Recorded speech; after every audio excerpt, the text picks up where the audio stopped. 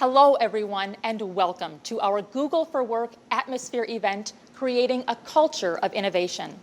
Over the next hour and a half, we'll learn how to think creatively and innovate boldly from business leaders and successful innovative companies. I'm your host, Callie Ressler, and author of Why Work Sucks and How to Fix It. I'm at Google today to show you the flavor of innovation that Google offers its employees. But first, let's discuss today's event and what you'll get out of your time with us. The next 45 minutes are full of advice from well-known business leaders. You'll hear from the CEO of IDEO and author of Change by Design, Tim Brown, as well as head of people operations at Google, Laszlo Bock, and the dynamic CMO of Airbnb, Jonathan Mildenhall. These three speakers are going to walk us through a blueprint for creating a culture of innovation. First, we begin with finding innovation. Where do our innovative ideas come from? Then we discover how to cultivate innovation within our teams. And finally, we'll learn how to accomplish business innovation and how one company disrupted their industry. After these keynote sessions, we will have 2 sessions happening at the same time. You get to take your pick between a collaboration track and a security track. If you'd like to learn the 3 attributes of productive teams, please watch and participate in the collaboration track. If you're more interested in how Google for Work technology makes businesses more secure and agile, tune in to our security session. If you have thoughts or comments during the event, please share them with us using hashtag Atmosphere15. Now let's jump into our first keynote and the first step toward innovating boldly and thinking creatively. I'd like to turn it over to John Merrifield, a Google for Work Googler, who is sitting down with Tim Brown of IDEO to discuss finding innovation. Where do innovative ideas come from? Thank you, Callie, and welcome everyone to our session on finding innovation within. I'm sitting here at the IDEO office in San Francisco with CEO Tim Brown and also best-selling author of the book Change by Design. So Tim, thank you for being with us today. You're welcome. Now to start out, you talk about innovation and creativity in a lot of different settings, but is there a formula for creativity? There's no formula, but there are certainly things that we can be thinking about that help us do it better. Okay. The way I like to think about it is that there are mindsets to do with innovation and creativity. So ways of addressing the world. And one of the underlying ones is this idea of creative confidence, which is our natural ability to have new ideas and then the courage to act on them, actually do something, because that's what creativity ultimately is all about, right? And there are various ways we can go about that help. One of them is to be confident in challenging assumptions. Why are things happening that way? Why does the world work the way it does? I mean, unless we're curious, it's very hard to come up with new ideas. Another one is sort of reframing the problem, often by asking a different question. Okay. So if the obvious thing is, how do I solve this thing that's bugging me? The interesting question would be, well, why do I do that thing at all? Or why do we do that thing at all? Is there a better way of approaching the problem in the first place? So this idea of reframing is often the way people get to the most creative, kind of the most disruptive ideas. So tell me a little bit more about asking the right questions. Well, it's all about the right kind of scale. You know, you ask too narrow a question, you get the obvious, the obvious answer. So if the problem is, I don't know, how do we make this chair more comfortable? But we're asking it, and so how do we make this chair with the same materials, at the same size, more comfortable? It's kind of a hard question to ask in an interesting way. Yeah. But if instead we said, well, how do we sit in different ways, or how might we sit in different ways in order to have a better conversation together? You might come up with you might even not even have a chair at all. We might do something on the floor. We might find all kinds of interesting solutions. So. Yeah. That idea of framing the question so it gives you enough space to go to interesting places. It's a bit of an art form, but the more you practice it, the better you get. Right.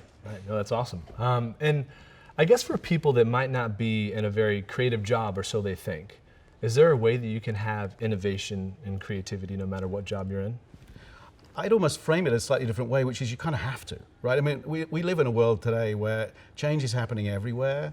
Nothing stays the same for very long. So we really need to bring creativity to everything we do, both because it's kind of more enjoyable to live your life that way, in my opinion. It's actually more rewarding to actually try and figure out how things could be different from the way they are. But it's also what we need to do as individuals and organizations if we're going to stay competitive. Yeah. And it doesn't matter what piece of an organization you work in. It could be marketing, it could be HR, it could be anywhere. If you think about it, there are always ways we can do things in a better way, or do things so that we meet the needs of our customers, whether they're internal customers or customers out of the world, meet them in a better way. Yeah. And so it's about asking the right questions. It's about asking the right questions, but it's having that attitude and that confidence that there are better ways of doing things, that just taking the world as it comes is not actually very creative. Challenging assumptions, as I said at the beginning. You know, if we market ourselves in a certain way, if we put books on a shelf in a bookstore in a certain way, well, do we have to do it that way? I remember first time I worked into a bookstore where the folks in there had turned a whole bunch of the books facing forward and then written little reviews and dangled them underneath. Oh, that's much easier now for me to decide which book to buy. Yeah. That wasn't the way it was done before. They'd had a creative idea about how to show a book in a bookstore. Yeah. So tell me, what kind of technologies have you seen? Because we live in a very innovative way in that way. What kind of technologies have you seen that help out with creativity and collaboration? Well, there are all kinds of technologies around us that help. I mean, some of them are the ones that help us make better connections or compare things. You know, I mean, we've got online technologies today that let us find things on the web and bring them together and sort of curate them and use that creatively, and that's great. I think those little devices we all carry around with us that, you know, we call smartphones, just capturing those moments of how people do things in the world is the start of asking a question about whether it could be different. You know, certainly here at IDEO, we take pictures of everything all the time, and people will come back from trips with lots and lots of pictures, just of people of how people are doing their work or living their lives, and we start wondering, well, does it have to be like that? Could it be different? And those images are the beginnings of that process. And so if I see you in public, I got to be watch out for pictures being taken. You should expect me to have a camera in my hand. Yeah. Okay, great. Yeah. So for those watching, if you could give one piece of advice, like one golden nugget for everyone to take away that they can apply tomorrow in their job to be more creative, be more innovative, what would that be? Think of the creative process as starting with a question, not an answer. We think about creativity, the kind of mythology of creativity is all about, I've got an idea. Actually, it's all about, I've got a really interesting question. So go home, go back to work, go back to your office and start wondering about the interesting questions. Because I can assure you, when you have interesting questions, you will get to interesting ideas. Awesome. And is there a way to speed up the creative process? Like, you know, when you have these questions, is there a way to make it faster? Well, you know, the process starts with a question. It doesn't end with a question. Obviously, ultimately, you have to get to an idea. So the best way to think about it, it's sort of it's a two-step process. In a way, it's you ask questions, and then you do something as a response to that question in order to explore an idea. You can think of that as an experiment or a prototype.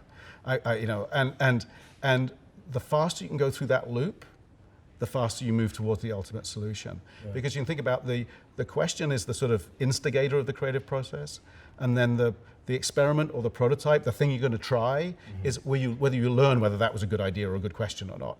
And so your most good ideas take many of those iterations to get to the final thing. So the faster you can do it in a day instead of a week, or an hour instead of a day, then the quicker you're going to get to the solution. So in a sense, you're not worried about failing in this process, right? Oh, in fact, people get hung up with the idea of failure, but it's not really failing. It's just learning by doing things over and over again. So every experiment is a learning process, and part of that learning is knowing what doesn't work as well as what does work. Okay. Well, Tim, thank you so much. I've definitely gotten a lot out of this, and we're going to send it back to Callie now at our headquarters, who's going to introduce the next session. Thank you. Thank you. Thank you, John. Definitely some very interesting insights from an extremely creative mind. In our next segment, we'll be talking about how to cultivate innovation within our business teams. But first, let's hear how some top IT and business leaders define an innovative company.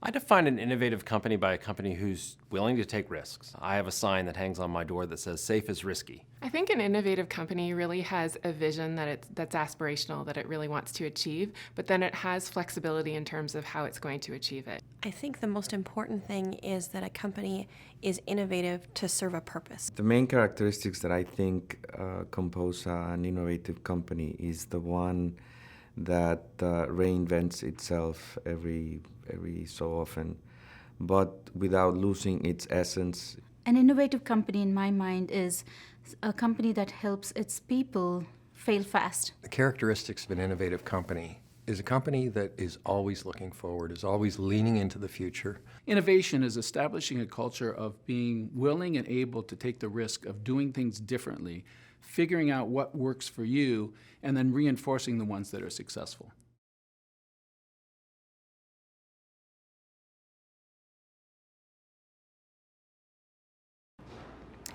Our next segment is all about cultivating innovation within business teams. I'm going to turn it over to Googler Brandon Jackson, who is sitting down with Laszlo Bach, head of people operations at Google and author of the new book, Work Rules. Thanks, Callie. I'm here with Google's Senior Vice President of People Operations and author of Work Rules, insights from Google that will transform how you live and lead. Thanks for joining us, Laszlo. It's a pleasure to be here, Brandon. Thanks for having me. Now, naturally, you spend a lot of time, you and your teams, thinking about how to improve the experience of working at Google. But you've gone a step further to actually share those insights with the world. Why now with this book, Work Rules, and what do you hope we can learn from these rules? Well, I think why now is because I got to thinking, we spend more time working than we do anything else in life. If you add up the hours, no one works a 40-hour week anymore. So you spend more time working than you do sleeping, more time than with your friends, more time than on your hobbies and activities. You spend more time working than you do with the people you love the most. And what occurred to me is that for most people, even in jobs I've had, work is a means to an end. It's not as much fun, it's not inspiring, it's not what it could be and it should be. I mean, bottom line is, work just sucks for too many people. And at Google, one of the things we've seen is there's ways to apply science and some intuition to actually make work better. And in writing the book, one of the things I discovered was that there's a lot of organizations that are doing really compelling things. And if more companies did things like some of these other companies, like Wegmans or Brandix or even Google, the world would actually be a better place. So we thought we'd share that. So keeping with our theme of innovation, and particularly team innovation, we know that it's a key driver of organic growth for all companies. That's regardless of sector or geography, and PwC surveys confirm that. What is the rule you think has the biggest impact in fostering that culture of team innovation? I think it's funny because when you talk about innovation, there's all these different models, right? Have a skunk works, have an experimental group, give people 20% time. There's all these mechanisms. And at Google, our answer is to try all of them because there's no single answer. You have to create opportunities for people to create. And the answer is going to depend on what kind of product you have, what kind of environment you have, what kind of people you have. But stepping away from all that, the single biggest thing that drives innovation is making the work mean something, giving people freedom and connecting the work they do to something meaningful. And what's funny is this has been studied for years. Dr. Kamal Birdi of the University of Sheffield, he did a study looking at 308 different companies that tried Six Sigma, statistical process control, all kinds of different innovation techniques to see what works. The only thing that worked, he found, was empowerment. There was another study done by a gentleman out of MIT. He looked at 2 Nike factories in Mexico and 1 t-shirt factories. And one very traditionally managed, the management set goals, told people how to do their jobs. The other factory, they were told, figure out what your quote is, figure out what your goals are. People in that factory produce on average 140 shirts a day versus 80 shirts in the more tightly controlled factory. They were happier, they made more money because they were paid per shirt. And because the margins were the way they were, the company actually made more money. So giving people freedom is incredibly powerful. The other piece of innovation, though, is giving work meaning, because that gives people the motive to actually do great things. Amy Rosinski, a professor at Yale, found that in almost any job you look at, 1/3 of people are able to find some meaning in it. She looked at doctors and lawyers, nurses. She looked at janitors and housekeepers. And what she found was, even among janitors and housekeepers, 1/3 of people find their work meaningful. She looked at a coma ward, and the housekeepers were going around moving paintings around from room to room. And she said, why are you doing that? And they said, because I feel like I'm helping these people recover in some small way. And Amy asked them, you could get fired for this. You could lose your job. Your job is to change bedpans, not change the decor. And they said, I still feel like it's important to give. And the lesson of that is you can find that meaning, that connection to something bigger than ourselves in any job. And if you can draw that connection, people are more productive. And if you give them the freedom to do that, they're happier as well. I'm curious with those themes though. So freedom and meaning, do you think those apply to all types of workers, even most? For example, there's a growing trend of, I think, a talking point that millennials are kind of this different and unique type of species of a worker. And how do you think they compare with Gen Xers and Boomers? And do you think leaders should do anything differently as far as attracting or retaining millennials in particular? Well, I think actually, I don't think millennials are that different from the rest of us, despite everything that's been written. If you talk to millennials, and there's research on this, what do they want? They want freedom. They want some control over their destiny. They want to do meaningful work. They want some well-being, some balance in their lives. They want to be able to chart their own course. And that sounds kind of weird and different, but I'm now over 40, and I think back to what I wanted when I was 20, and it was all those same things. And when I go ask my dad, what did he want when he was 20? He wanted all the same things too. The only difference today is that millennials are more connected and they're more vocal. But I think they're asking for the same things actually every single one of us want. So I don't think we should manage millennials differently. I think we should manage just about everybody the way the millennials are asking to be managed. Ah, gotcha. And is there a way you think that you can also foster that innovation with teams that have that diversity, people from all those different generations? Yeah, I think actually that's a huge strength. You know, there's early research, again, out of MIT, and there's a gentleman there who looked at, named Tom Malone, professor there, and he looked at, does diversity actually matter? And so he looked at gender as an axis, and what he found was that as you get closer to 50-50 balance, team performance actually improves on tests of flexible intelligence. So when you have teams that are different ages or different demographics of however you want to slice it, the best thing you can do, and that we found at Google, is to create an environment of psychological safety where people feel they can bring all of themselves to work. And when you do that, what happens is people actually are more forthcoming with ideas. They create more, they give more, they actually work harder, and you get better outputs from them. Now, some people watching this may be a little bit skeptical. This is Google, you know, and can we really take these things and apply them elsewhere in the world? But one of your chapters, chapter 12, is a hopeful one, and it talks about how small signals can have a big impact. And I'm curious if you talk about that idea of nudging, anything from in the cafes to promotion nomination decisions. We've seen that here at Google. What's one thing that managers could do tomorrow to improve the happiness and morale of their employees? That's a great question, because the philosophy in Google, in people operations, in our department, is it's basically that. What is the least we can do to generate the biggest outcome? Because we have 55,000 employees, and going and putting everyone through some kind of management training is just not going to work. It's never worked in almost any environment. So we always try to focus on what's the smallest thing we can do. We did a piece of work called Project Oxygen years ago, which was all about what makes managers effective. And we distilled it down to 8 behaviors, and most of them weren't rocket science. It was things like have one-on-ones, be a coach, clear obstacles. So the synthesis of that, though, the single thing that a manager could do tomorrow to actually make their teams more productive is just to ask their opinions. Ask people, what do you think we should do? Because your bias as a manager, the reason you become a manager is because you've made good decisions in the past, you get rewarded, you get promoted, you make more decisions. The people around us, the sum of their intelligence is way greater than any single person's intelligence. And they want to step up. So instead of making every single decision in your staff meetings or what have you, just say, you know, here's the information we have. What do you think we should do? And listen to them and make some of those decisions based on what they think is right. That sounds so simple. Do you have a vivid example of when you've just used the data and just given it to the people and that you've seen the big impact? Well, you know, my favorite example actually comes from a company called Wegmans. Wegmans is a Northeast grocery chain, and anybody who's ever been to a Wegmans is a fanatic. They love this place. They were the #1 best company to work for. They won that the year before Google won it for the first time. And very different environment, 1% margins versus 30% margins, right? Most of the people have a high school education versus people at Google who have advanced degrees. Family-owned firm versus publicly held. We're different in every conceivable way. And yet they trust their people. And it's terrifying at first because, you know, who knows what they're going to do. But I remember their COO, Jack DePeters, telling me the story about a baker. And they get a call, woman says, you know, I've got a wedding tomorrow. My cake didn't come through. Is there anything, do you have a wedding cake? So this baker just starts baking, right? Kind of stays up all night, makes this cake, decorates it, it's beautiful, and the next morning leaves. packs up the cake, puts it in her trunk, drives out 2.5 hours to deliver it, make sure everything's okay. And the bakery was shut down all day long. And when this person came back to work, they were celebrated as a hero.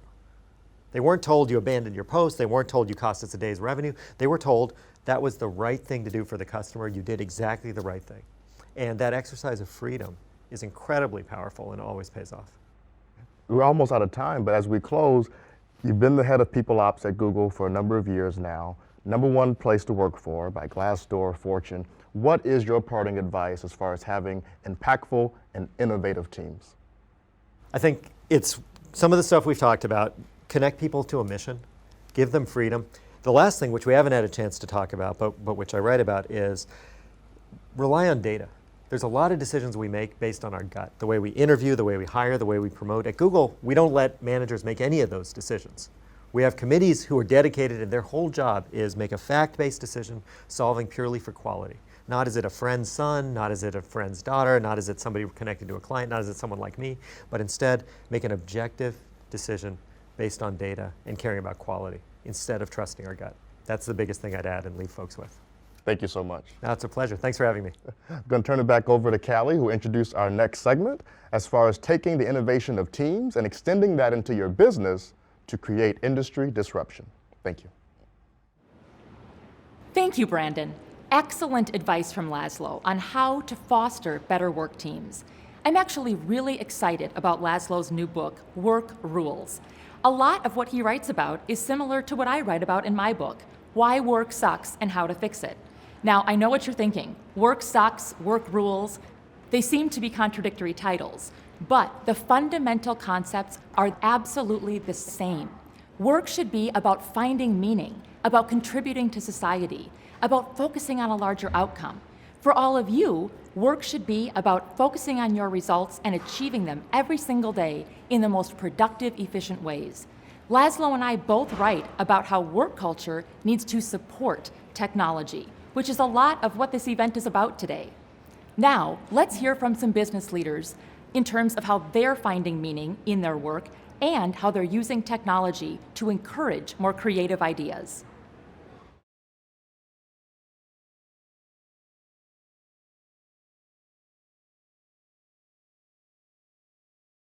How has Google helped us with innovation has been pretty much exponential in terms of our change management practices. People started collaborating together.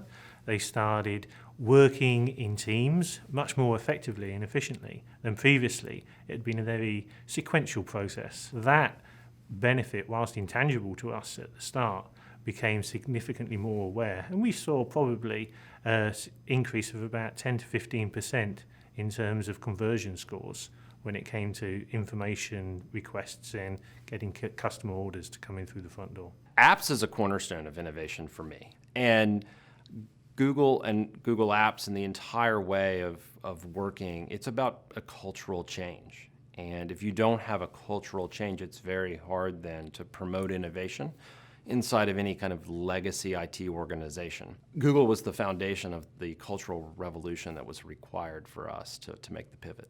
I believe the state of Colorado has been very innovative. We were one of the first states to go forward with Google. So last year in 2014, Colorado was hit by a lot of wildfires, and it caused a lot of disruption in the state.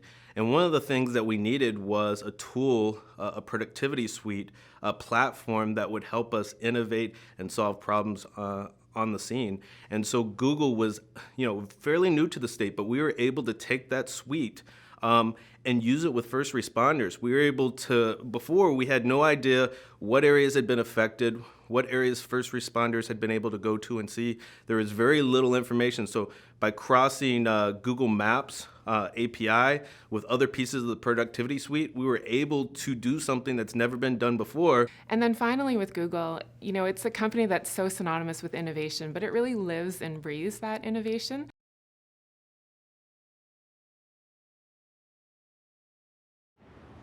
And now we'll move into our last segment. Jess Brown with Google for Work is sitting down with Jonathan Mildenhall, CMO of Airbnb. Jess and Jonathan will be talking about how to actually accomplish business innovation. And Jonathan will be talking with us about how Airbnb disrupted an entire industry and changed the game. Thanks, Callie, and welcome everyone to our session today on accomplishing business innovation. And also, welcome to the first ever Airbnb listing. What you see around me was based on the founder's home that they first listed on Airbnb. So you get an inside look at where Airbnb started and the culture here. And joining me is Jonathan Mindenhall. He's the Chief Marketing Officer of Airbnb. Welcome, John. Well, thank you. It's lovely to be here. Yeah, and I'm going to ask John a series of questions about how Airbnb accomplishes business innovation and his leadership insights.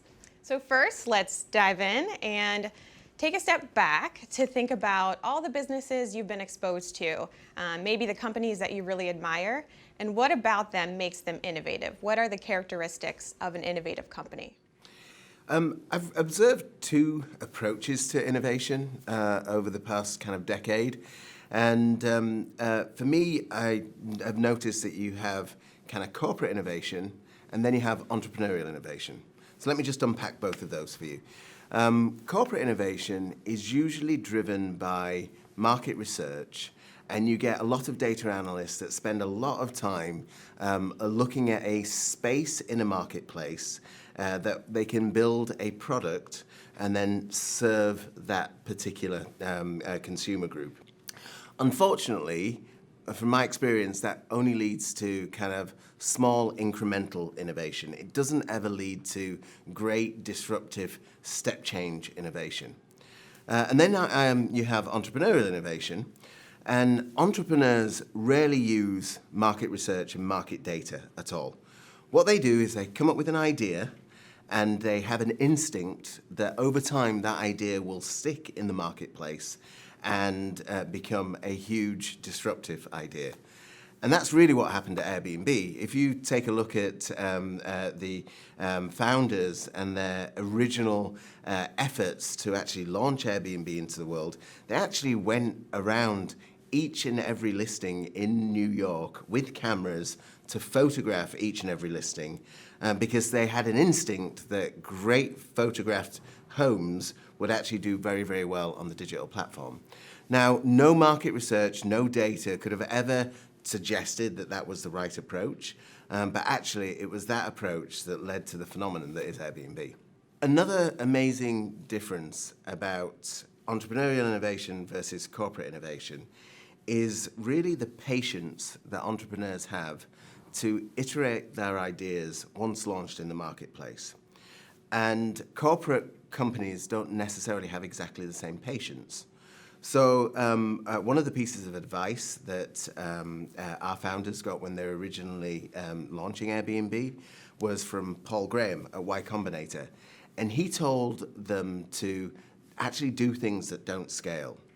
And he was of the advice that it was better to have 100 people really love Airbnb than 1,000 people just like Airbnb.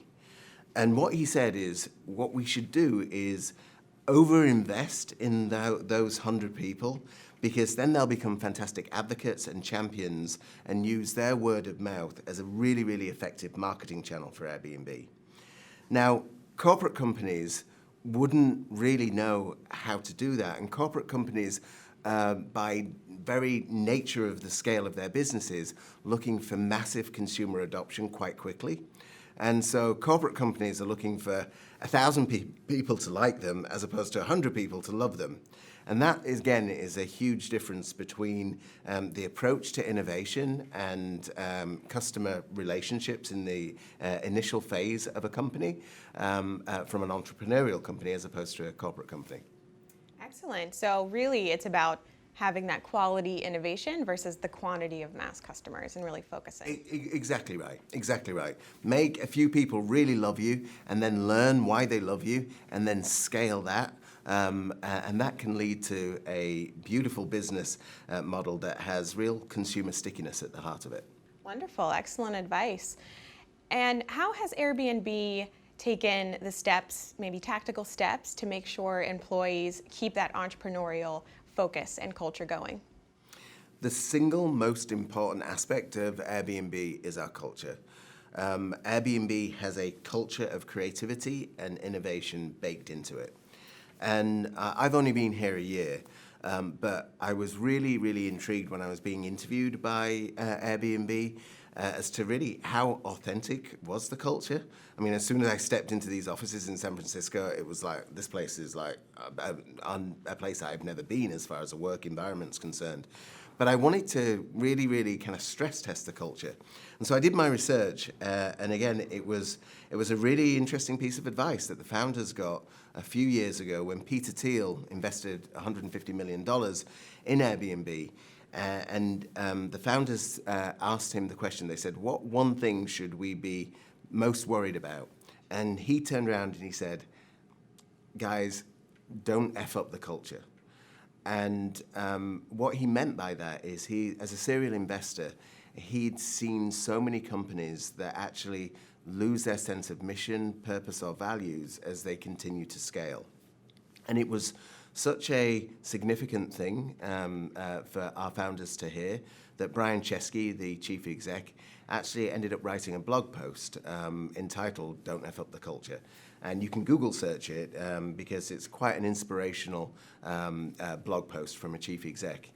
And basically, the premise is that the culture is really, really, really important because the culture becomes an incubator for creativity and innovation and ultimately, kind of business performance. So the great thing about culture is it's not just top down, it's also bottoms up. So for a company like Airbnb, culture manifests itself in our meeting rooms, the food that we eat, the way that we get together on a weekly basis and have happy hour, the kind of creative excellence that we use as external benchmarks. All of these things drive culture. And one of the most important things that anybody does when they actually join Airbnb is our onboarding is really a week of cultural immersion so that you come out of that feeling that you can become a true kind of ambassador for the culture of Airbnb, regardless of where in the world you might work. Interesting. So as a leader, how do you maintain that cultural core, especially at Airbnb or maybe other companies that you worked with? I know you were an executive at Coke. So how do you, as a leader, strengthen the culture? What can you do? Well, personally, I have three mantras that I hold dear and try and bring with me each and every day. The first is the power of belief, and I genuinely believe that if you believe it, then it can become a reality. And so I'm a big champion of getting my team to dream openly and share their dreams and develop these big, audacious North Stars that we might never reach, but actually the journey of trying to reach a North Star is exciting and rewarding in itself. So belief is my number one. And secondly, creativity. Everybody has a responsibility to be creative. In whatever job you do, whether it's finance or whether it's HR or whether it's admin or whether it is marketing, then bringing your full creative self to your work can really kind of create a step change in progress. And then finally, humanity. I think that it's really, really important that even though it's difficult to practice in the moment, that we all bring empathy and compassion to the workplace. And I think if you've got belief, you've got creativity, and you've got humanity, then that in itself can create a wonderful framework for a really dynamic and innovative culture. Wonderful. That's really inspiring.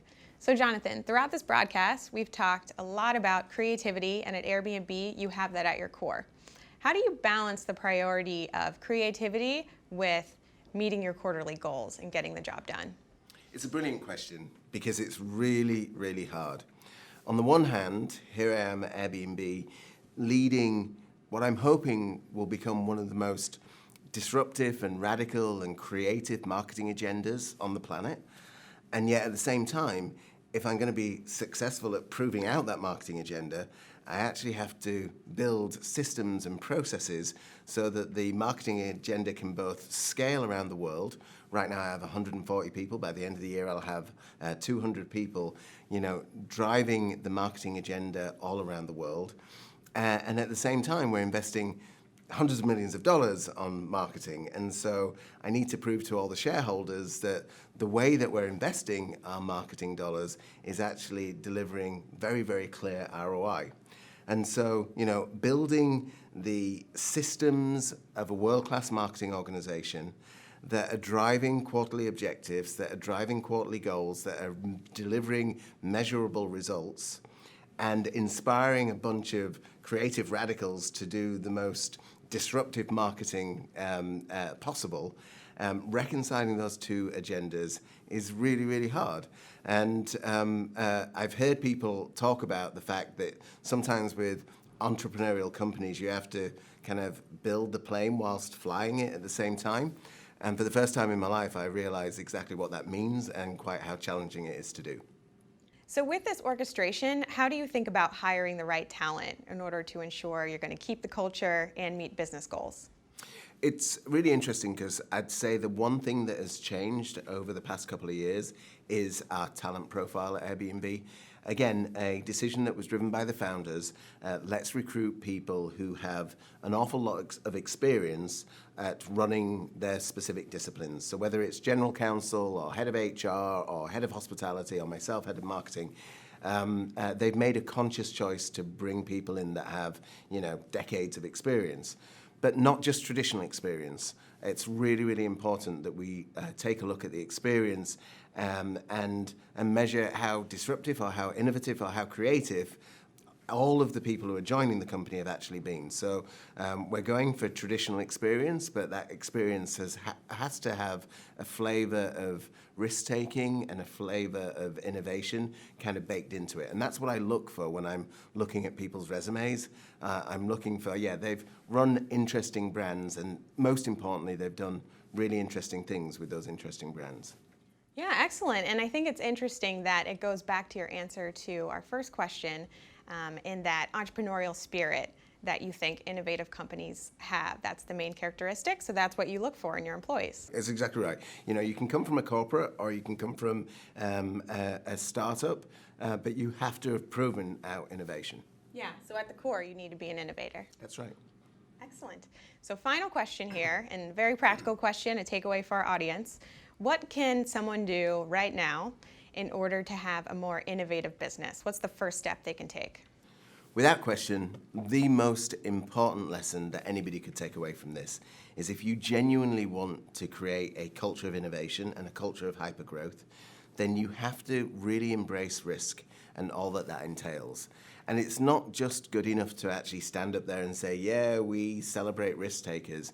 You actually have to demonstrate which people or which teams have actually taken risks and be prepared to celebrate both failure and success. And I believe in a kind of monthly ritual, which is, our fabulous failures, which is where we basically talk about the ideas that perhaps didn't kind of succeed in the way that we'd planned. But the most important thing is actually learning from those failures and scaling the learning around the organization. And a truthful thing happens. The more a company celebrates failure, the more confident a company gets in taking risks. And the more confident a company gets in taking risks, the more successful those risks are. And so it's slightly unexpected logic, but it's logic that has proven out to be incredibly effective for me. Wow, great takeaways. So taking smart risks and then learning from your failures. Exactly right.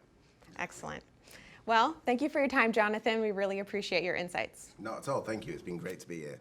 All right. So Callie, let me throw it back to you, and let's wrap up this session on creating a culture of innovation. Thank you, Jess, and thank you to all of our speakers. From this session, we've learned that innovation starts with us. We can inspire and lead our teams and ultimately have great impact on our businesses. Innovation doesn't need to be about going from 0 to 60 in a short amount of time, but the very first steps depend on your willingness to think creatively and innovate boldly. Which brings us to the second half of today's event, where we offer you 2 custom tracks depending on your area of interest. One track is all about team collaboration and how to have productive teams. The other track is on technology and making sure you innovate securely with the right tools. Each track features amazing Google for Work customer stories, so take your pick. In these 2 sessions, you will be able to use the Q&A feature right here on the Atmosphere platform with live Googlers standing by to answer your questions. Thank you for spending time with us thus far and learning how to think creatively and innovate boldly. Enjoy the rest of the event with your custom track of choice.